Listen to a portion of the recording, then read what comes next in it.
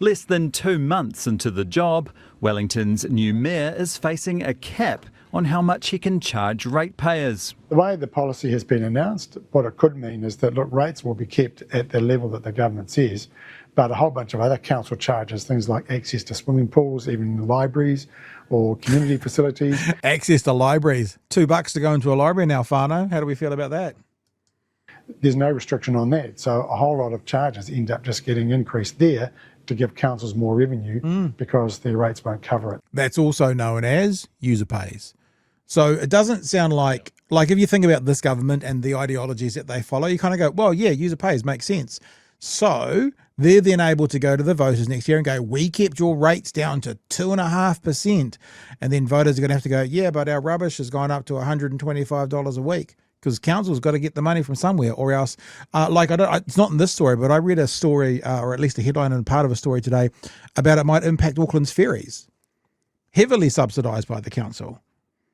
What about the ferries that get people around, literally from Waiheke Island across to Auckland and around, Devonport as well?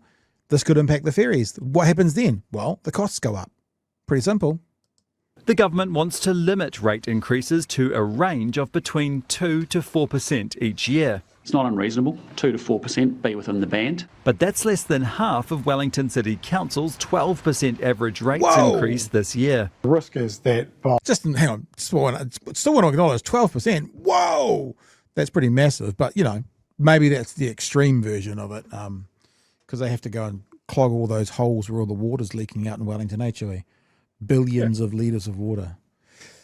And I guess we've got to also say 12%, that sounds whoa, but also saying 3%, maybe there's a happy medium somewhere. Maybe. By restricting councils is that really important stuff doesn't get done or gets pushed back, and it's future generations that end up paying the cost of that. The same concern expressed by Wayne Brown. What about in Wellington as well? What about what's Wellington going to have to pay for when it comes to the ferries? Seeing this government's trying to farm off as much infrastructure cost as possible to try and keep their promise. I mean, you might have another massive bill coming up, ratepayers of Wellington, that you got to stump up. So you might have this might be happening. The government might say no more than 3% or 4% increase, and then also say, by the way, Wellington, you got to pay for the infrastructure here, which means you need more money for it, but they're not letting you get the more money. This is what we're looking at. User pays. This is what we're looking at. Says the rates cap would simply defer costs. The Auckland Mayor's just released plan for 2026 includes a proposed average rates increase of 7.9%, which he described as higher than I would like, but reflects the opening of the City Rail Link, Auckland's first underground train line set to open in the second half of next year.